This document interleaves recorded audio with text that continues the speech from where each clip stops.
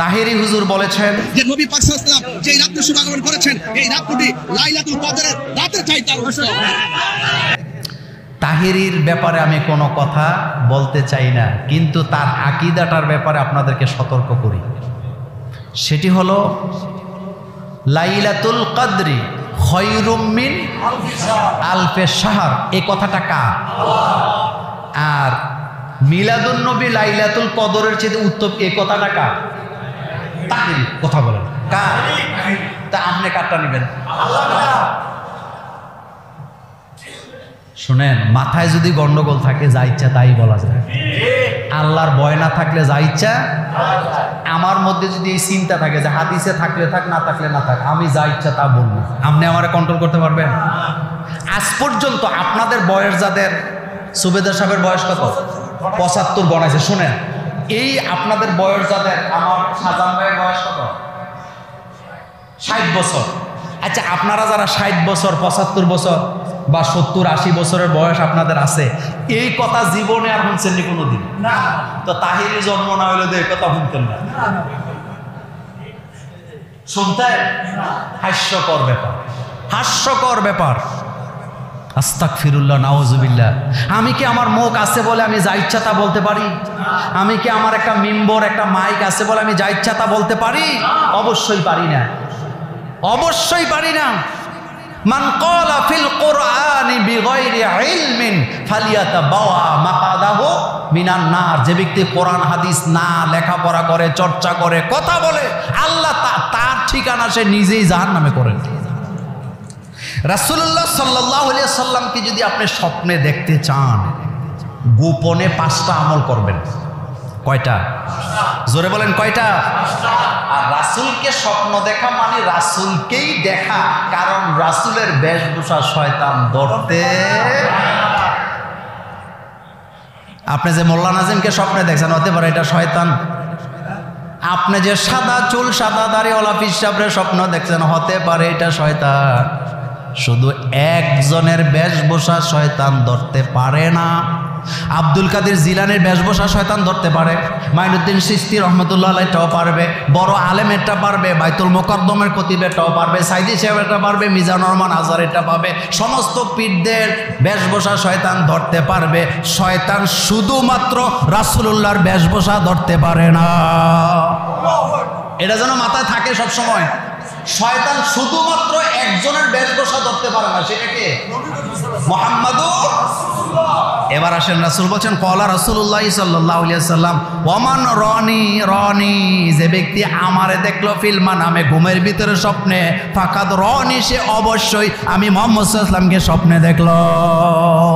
ফা ইন্না শাইতানা লা ইয়াতামাসসালু ফি সূরাতি, রাসূল বলেন শয়তান একমাত্র আমার সূরত ধরতে পারে না।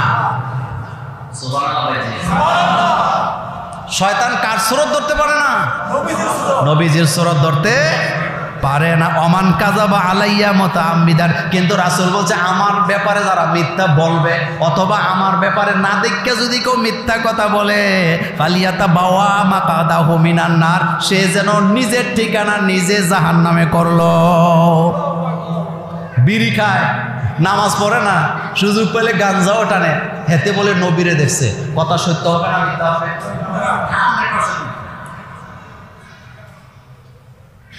রাসূল বললেন আমাকে যে স্বপ্ন দেখলো সে আমাকেই দেখলো, কারণ আমার বেশ কে ধরতে পারে না। এরপরে রাসূল বলছেন যে ওমান কাযাবা আলাইয়া, যে ব্যক্তি আমার উপরে মিথ্যা আরোপ করে। এখানে ব্যাখ্যা অনেকগুলো আসছে। কেউ বলছে রাসূলের নামে মিথ্যা কথা ছড়ায়, অথবা কেউ বলছে রাসূলকে না দেখে মিথ্যা কথা বলে, এরকমের বাটপার আসেনি। রাসূল বলছে ফালিয়াতাবাওয়া মাকাদাহু মিনান নার, সে নিজের জায়গা নিজে কোথায় করলো?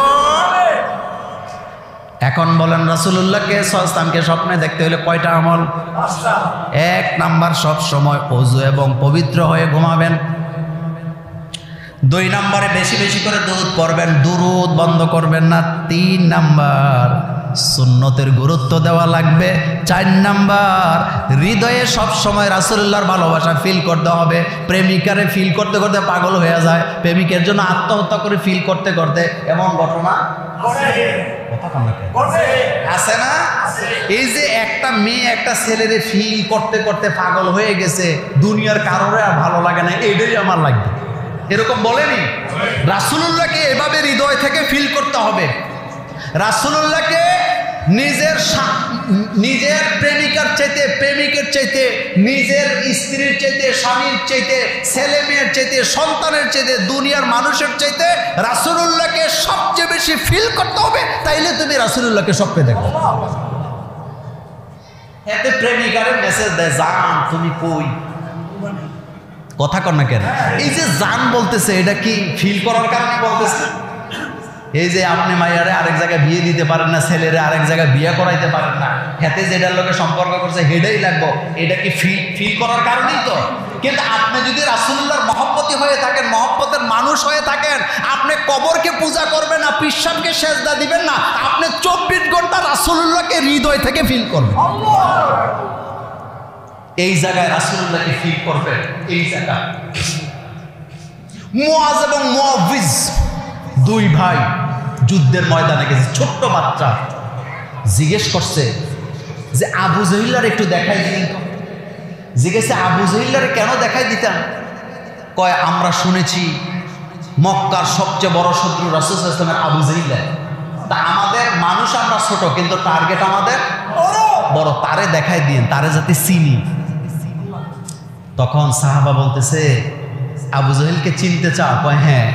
আবু জহিলকে চিনতে তাইলে তাকে চিনবা, তার ঘোড়াটা অনেক উঁচা, সে নিজে অনেক লম্বা, তার দাড়ি অনেক লম্বা, তার জুব্বা অনেক লম্বা, তার ফাগরি অনেক বড়। আপনি কবেন মোল্লা ভাই, এটা তো আমাদের দেশের বড় বড় হুজুরগো পোশাক এনে হয়ে গেল। এটাই আবু জহিলের পোশাক আছে। আবু জহিলের দাড়ি কি লম্বা? কথা জোরে বলেন। ফাগরি ছোট না বড়? এরপরে গায়ে কি শার্ট প্যান্ট কি? এটা দেখলে চিনবে। আর আমরা দেশে পাঞ্জাবি গা দিলে হুজুর। সেদিন দেখছেন না, হেতে ওই যে লাউয়ের ভিতরে ইয়াবা ঢুকাইছে, লাউয়ের ভিতরে ইয়াবা ঢুকাইছে, পুলিশে ধরছে, হেতে কয় এটা আমার মার জন্য কিনছি স্যার। লাউ কাটটা ইয়াবা পাইছে, হেতে পাঞ্জাবি ভরে রয়েছে, পাঞ্জাবি খুলে দেয় ভিতরে গেঞ্জি। এই পোশাক দেখে ধোকা খাইয়েন না, অনুরোধ করি। পোশাক দেখে কি খাবেন না? তো রাসূলুল্লাহকে স্বপ্নে দেখতে হলে রাসূলুল্লাহকে ফিল করতে হবে। আর 5 নাম্বার হচ্ছে সব সময় সাহায্য চাইতে হবে কার কাছে? তাই রাসূলুল্লাহকে স্বপ্নে দেখার জন্য কয়টা আমল বললাম? ওযু এবং পবিত্রতার সাথে ঘুমান। 2 নম্বরে হলো বেশি বেশি করে দুরূদ পড়া। 3 নম্বরে সুন্নতের গুরুত্ব দেওয়া। মান আহিয়া সুন্নতি ফাকাদ আহাব্বানি ওয়া মান আহাব্বানি কানা মাই ফিল জান্নাহ। যারা সুন্নতকে জীবিত করবে তারা আমি নবীর সাথে জান্নাতে থাকবে। এখন জানবো, এটা তো গেল রাসূলুল্লাহ সাল্লাল্লাহু আলাইহি ওয়াসাল্লামকে স্বপ্ন দেখার আমল।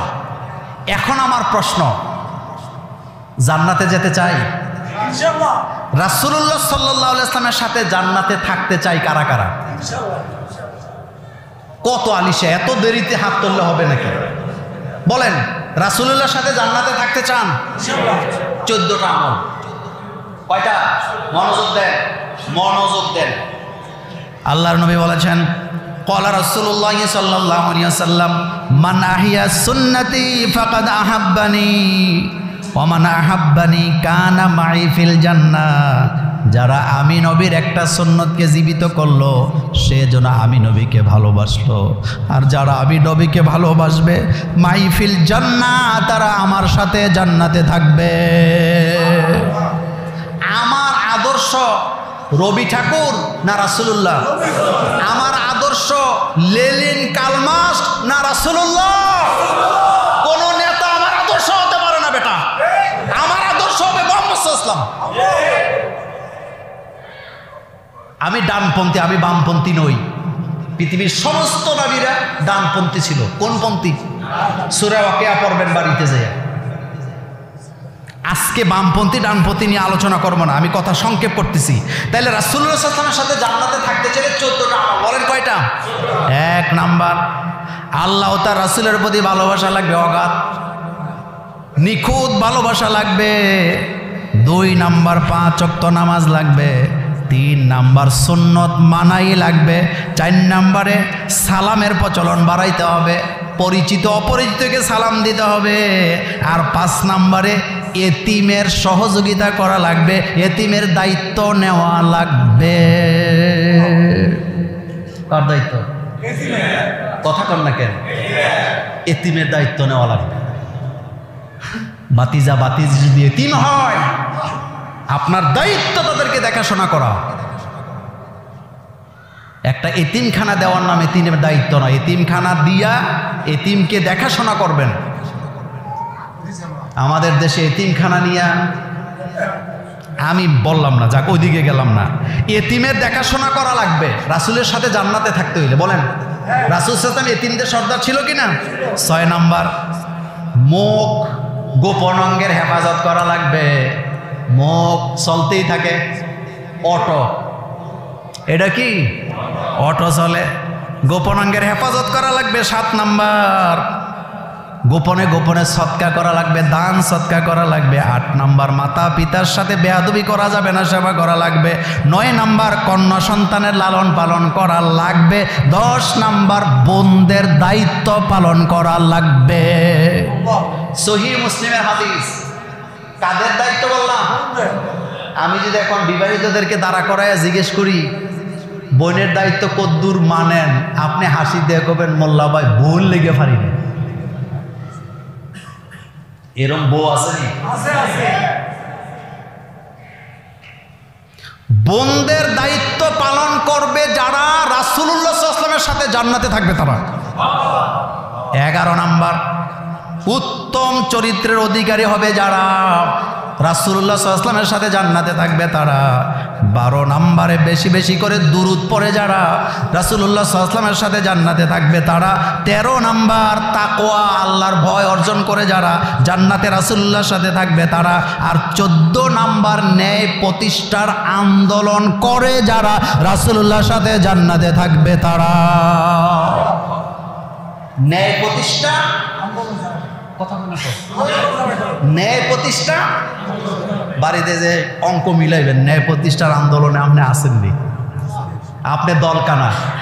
আপনি কি কানা? আপনি দল কানা, জিরু পাবেন, জিরু।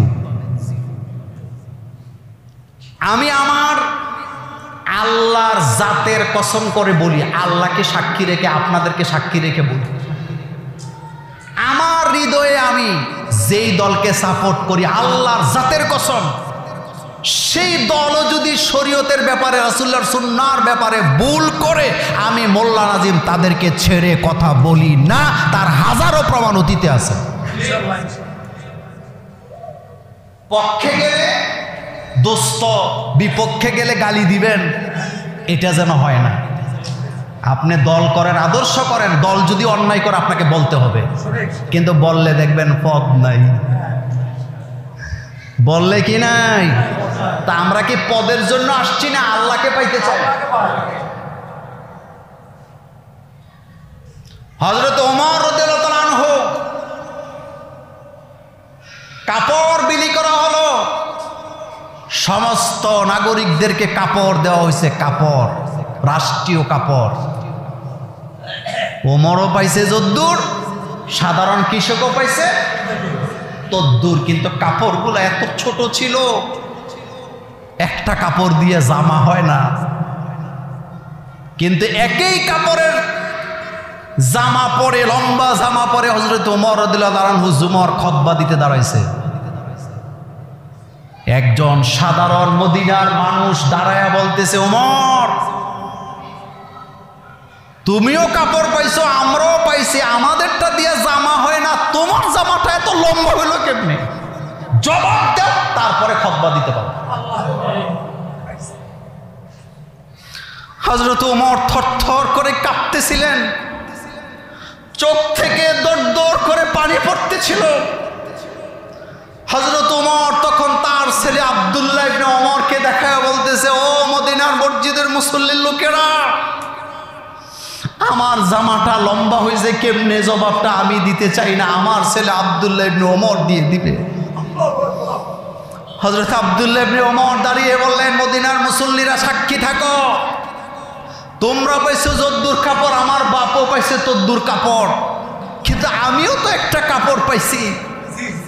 আমি আমার আব্বাকে পরামর্শ দিছি, আব্বা তোমার এই জামা দিয়া তোমারও জামা হবে না, আমার কাপড় দিয়ে আমারও জামা হবে না, আমার কাপড় তোমার কাপড়টা মিলে তুমি যে হুতু খুতবা দাও, রাষ্ট্র চালাও, তোমার জামাটা বানায় নাও,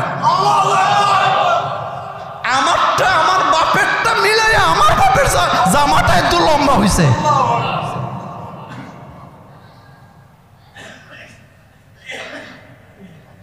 আর আমার দেশের চেতনা ব্যবসায়ীরা ইসলামের কথা বললে, আদর্শের কথা বললে আমাদেরকে ট্যাগ লাগায় দেয়।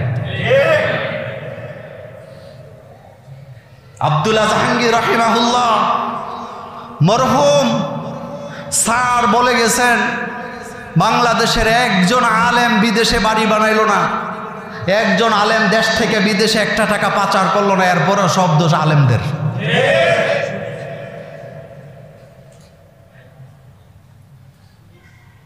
কথা তো বললে লম্বা হয়, কথা বলার জন্যই তো জন্ম নিয়েছি। আমরা থামবো না ততদিন আল্লাহ আমাদেরকে থামাবে না, কারণ আল্লাহ আমাদেরকে হক কথা বলার জন্য দুনিয়াতে পাঠাইছে। আল্লাহর জাতের কসম করে বলি, আমরা দুনিয়ার কোনো রক্ত চক্ষুকে ভয় করে জুম্মার খুতবাও দেই না, ওয়াজও করি না, ময়দানেও কথা বলি না, কথা বলি শুধুমাত্র আল্লাহর জন্য। এই 20 বছর 22 বছর ধরে যত কথা বলেছি, আল্লাহর কসম আল্লাহর জন্য বলেছি। ভবিষ্যতেও কার জন্য বলবো? আল্লাহ পাকের জন্য বলবো, কারণ আল্লাহ পাক বলছে, উখরিজাত লিন-নাস তা'মুরুনা বিল মা'রুফ ওয়া তানহাউনা আনিল মুনকার। তোমাদেরকে দুনিয়াতে পাঠাইছি আমি, চুজ করেছি আমি, বাছাই করেছি আমি। কাজ হলো ভালো কাজের আদেশ করবা, মন্দ কাজ থেকে মানুষকে কি করবা। কাশেম ভাইয়ের সাথে আমার সম্পর্ক ভালো, কালা সম্পর্ক ভালো, আমাদের ইঞ্জিনিয়ার কবির ভাইয়ের সাথে আমার সম্পর্ক ভালো। আপনি মনে করেন না তারা যদি কোনো অন্যায় করে আমি তাদেরকে ছেড়ে দেব? আল্লাহর কসম, তারা যদি মসজিদের ব্যাপারে, মাদ্রাসার ব্যাপারে, সমাজের ব্যাপারে কোনো অন্যায় করে, আমি তাদের মুখের উপরে প্রতিবাদ করব, আমাকে থামাতে পারবেন না। এই জন্যই আমার জন্ম হয়েছে। জীবন কয়বার? জোরে বলেন, জীবন কয়বার? একবারই আসছি, একবারই যাব। আমি আমার মাথা নত করব কার কাছে? এটা যদি রাজনীতি হয় এটা রাজনীতি, এটা যদি সমাজনীতি হয় এটা সমাজনীতি, এটা যদি শিক্ষানীতি হয় এটা শিক্ষানীতি। কিন্তু কাউকে ছেড়ে কথা বলার দরকার নাই, কারণ অন্যায়ের প্রতিবাদ করার জন্যই আমরা এসেছি।